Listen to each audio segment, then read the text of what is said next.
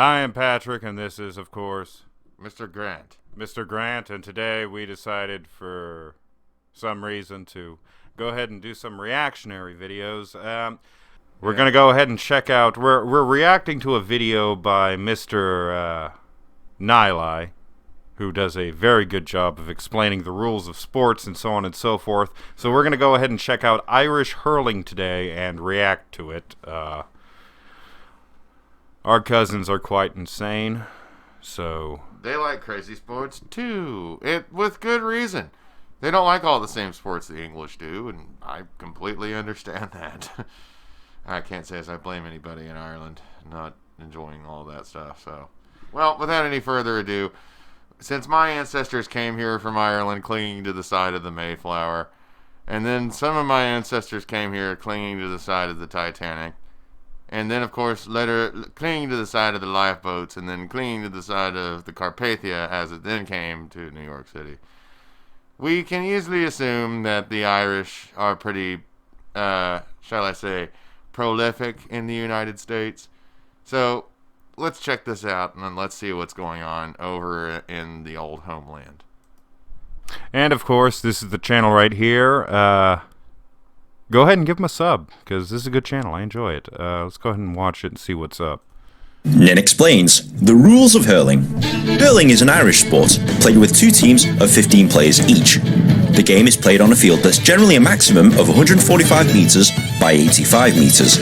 These are the goals, which are 6.5 metres wide, and the crossbar, which is 2.5 metres above the ground.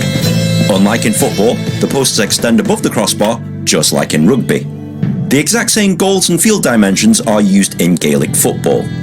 The object of the game is for your team to score more overall points than the opposing team. To score, a player must use his stick, known as a hurley, to hit a ball, known as a sliotar, into the goal. If they successfully hit the sliotar under the crossbar and into the net, this is a goal and is worth 3 points. If a player hits the sliotar over the crossbar but between the posts, this is a point and this scores 1 point. The game is played in two 30-minute halves for a combined playing time of 60 minutes. High score at the end of time wins.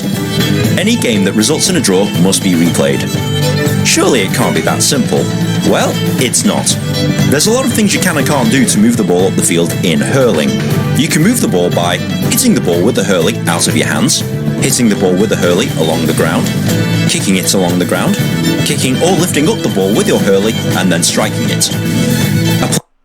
So basically, this is all insane, kind of. Well, it is pretty crazy. I mean, I could see how you could get used to it and understand it and have it played and stuff.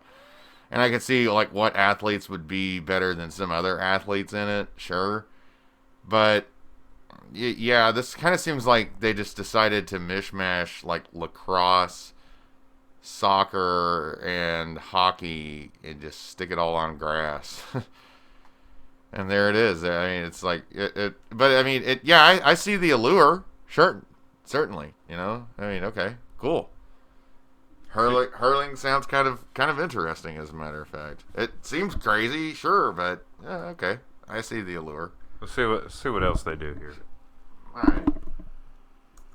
A player can also run with the ball if he bounces it on his hurley. A player can catch the ball with his hands in the air. And a player can hand pass to a teammate where you slap the ball with an open palm. However, a player cannot touch the ball on the ground with his hands. A player cannot throw the ball or throw their hurley. A player cannot take more than 4 steps with the ball in hand. And a player cannot play the ball from his hand to his hurley more than twice. So they kind of have traveling to an extent, like in basketball, basically. Yeah, I see how it is. Okay. Yeah, you can't throw your hurley, you know, because that would be, well, I suppose that, you know, putting a bunch of guys with sticks out there, and I don't know where I was going with that. I'm sorry. All right, let's see what else. Let's keep going. Therefore, he's only able to handle a ball twice in one possession. There are 15 members of the opposing team who are trying to take the ball away from you so that they can score themselves. They are allowed to make shoulder-to-shoulder contact so long as the opponent has possession of the ball, or, if no one has the ball, be shoulder-to-shoulder to the opponent nearest the ball. They are also allowed to use their hurley to block shots or prevent you from shooting. Games are generally high-scoring and fast-paced, but there's a few other things you'll need to understand before playing or going to a game. For example, puck. A puck is a restart in play, usually after a foul or if the ball goes out of bounds. If the ball... Okay, a puck in the sports we're familiar with is the puck as in an Hockey. ice hockey Yeah. puck. An ice hockey. Yeah, you don't. If it's like he's about to do a puck, the fuck does that mean? But yeah, I mean, I guess they are trying to familiarize us with it. So Sure. it sounds like it. ball goes out of bounds, a puck is awarded at the nearest line. If the ball is hit out of the end line by an attacker, the defending team gets a puck out at the 65-metre line. If a foul occurs, a free puck is awarded either at the spot of the foul, where the ball lands after a foul, or at the 20-metre line for fouls inside the 20-metre area. Foul.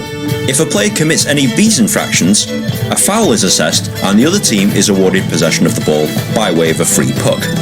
Just like in football, a player can also be cautioned or sent off the pitch for serious offences. Penalty puck. If a foul was committed on a player with a legitimate chance to score, a penalty puck, similar to a penalty kick in soccer, will be given to the attacking team. The ball is placed on the ground at the 20-metre line, and all other players must be 20 metres away. There is one goalkeeper and two defenders defending the goal. The player is allowed to lift the ball off the ground and shoot the ball once. Any goals scored count towards the overall score.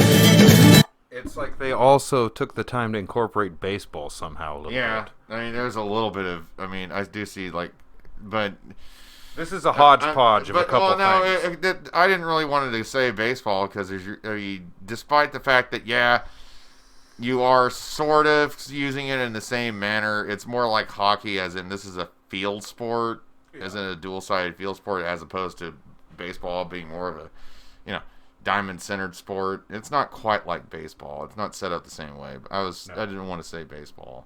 But it almost reminded you a little bit. A little bit. In the swing. A little bit. I mean, and that was when I saw how, just how the dudes were set up and playing. I kind of assumed I was going to see something maybe akin to cricket, and I was wrong. Substitution. A team is allowed to substitute up to 5 players per game. Very similar to football, the players must wait in the substitution area and players must enter or exit at the designated area only, and only in a stoppage of play. To the uninitiated, hurling seems like a strange sport to understand, but once you understand the rules, it becomes a great sport to watch. If you have found this video at all helpful, please like, share with your friends, comment and subscribe. It took me ages to make one of these things, and good karma. Uniform on like everyone else. The goalkeeper has a different colored uniform on like everybody else. So. Well, that was hurling. Yeah, that was hurling. It was interesting. Yeah, okay. I could see, I could see the allure. I don't know, it seems like it has a very ancient roots to it. Maybe, I don't know, maybe I'm just kind of falsely attributing that a little bit, but I could see how several sports grew out of this one, maybe. But I'm not for sure on that, so. I don't know. I kind of like it. It seemed pretty cool. It seemed like it kind of had a nice little supporters cultures too. Yeah, it did. They're the same way. It did. You call it football, but we call it soccer here. So even though you gave us soccer, and I know that don't the Irish say soccer too? Because they have Irish football or Gaelic football. To my understanding, it depends on region. Okay. Some of them do call it soccer. Some of them call it foosball. Yeah, the Irish don't give no fucks about what the English have to say. Clearly not. Yeah, so well, they'll do whatever they feel like, and in the face of it all. Nonetheless,